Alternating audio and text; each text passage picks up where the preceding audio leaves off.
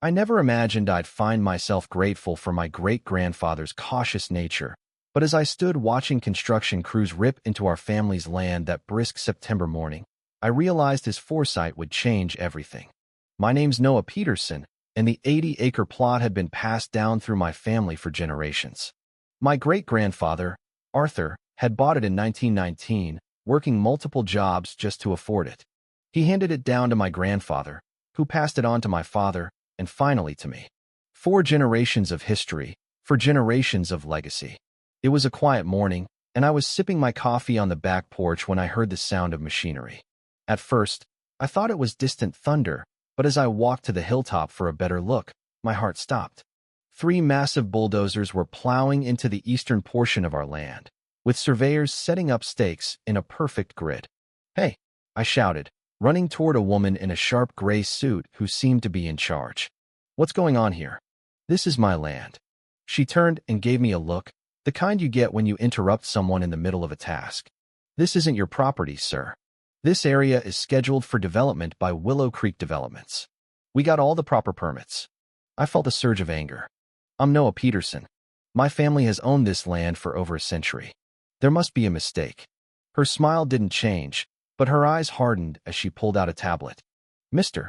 Peterson, I'm Sophia Bellwether, Development Director for Willow Creek HOA.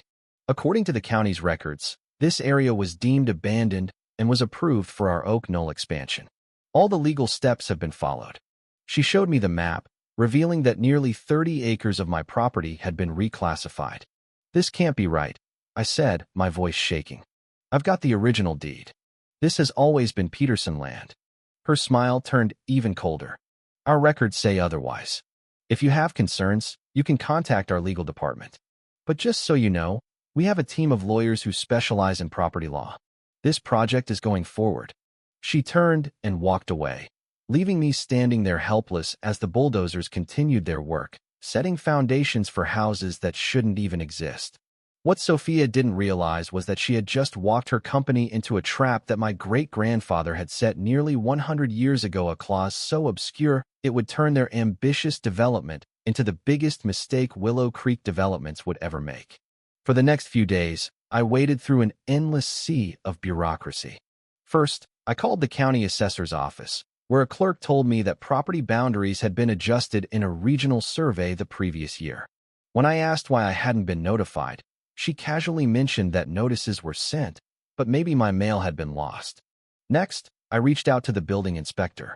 "All permits are fine," the official said without even looking up. "Willow Creek submitted everything correctly. You should hire a surveyor if you have a dispute about the boundaries." I consulted 3 different property attorneys, but they all gave me the same answer. Once they heard Willow Creek was involved, they warned that their legal team was ruthless. "You're looking at years of litigation, and legal fees could reach hundreds of thousands. There's no guarantee you'll win." Meanwhile, construction was ramping up. Every morning, I stood at the ridge, watching as more land was cleared, more foundations poured.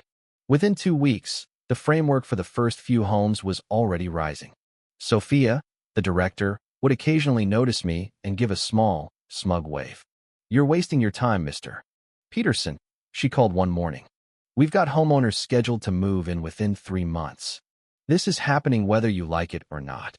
I was about to give up when something my father had said years ago came back to me. The deed to our land had special protections.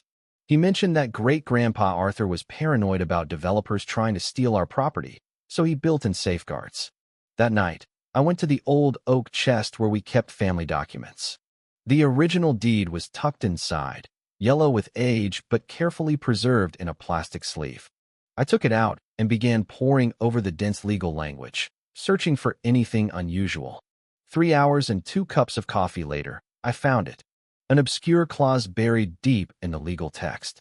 Should any individual or entity construct any form of improvement upon this land without express written consent from the rightful owner or heir, said improvements shall immediately and irrevocably become the property of the land's rightful owner, with no obligation for compensation to those responsible for the improvements. My hands trembled as I reread the provision. My great-grandfather hadn't just protected our land. He had set a legal trap for anyone who tried to build on it without permission. According to this clause, every single house Willow Creek was constructing would automatically become mine once it was completed. I called Martin Vance, an elderly lawyer who had been a friend of my father's. After reviewing the deed, his eyes widened. "Noah, this is brilliant. Your great-grandfather's foresight was incredible. This provision is fully recorded with the original deed, and it's legally binding. Any structure built on your land becomes your property. So I should tell them to stop building, right?" I asked. Martin leaned back in his chair, a slow grin spreading across his face. "You could, but it might be better to wait." "Wait for what?" I asked. "The more they build, the more they lose," he said with a nod. "Let them finish all 156 homes. Once they're done, every single one of those houses legally belongs to you. It'll be the costliest mistake Willow Creek has ever made." That night, I stood on my porch, gazing at the construction lights glowing in the distance. For the first time since this nightmare began, I smiled. Sophia thought she was building a neighborhood. In reality, she was constructing my retirement, one house at a time. Have you ever had to be patient to get what's rightfully yours? It was one of the hardest things I've ever done, watching them build day after day on our land. But sometimes, the best revenge is the kind that takes time. The following 2 months were the strangest of my life. Every morning, I woke to the sound of construction me alarm clock, now the beeping of heavy trucks, and the rhythmic pounding of hammers. What had once been peaceful farmland was quickly transforming into a thriving neighborhood that would eventually be mine. I hired 2 more attorneys to verify Martin's findings. Both confirmed it. The clause was legally binding and hadn't been challenged or removed. One of them called it a brilliant legal time bomb. I also made sure to document everything, taking daily photos of construction progress, recording video of workers clearly on my property, and keeping a detailed log of every conversation. I even commissioned a surveyor's report to back up the original property lines.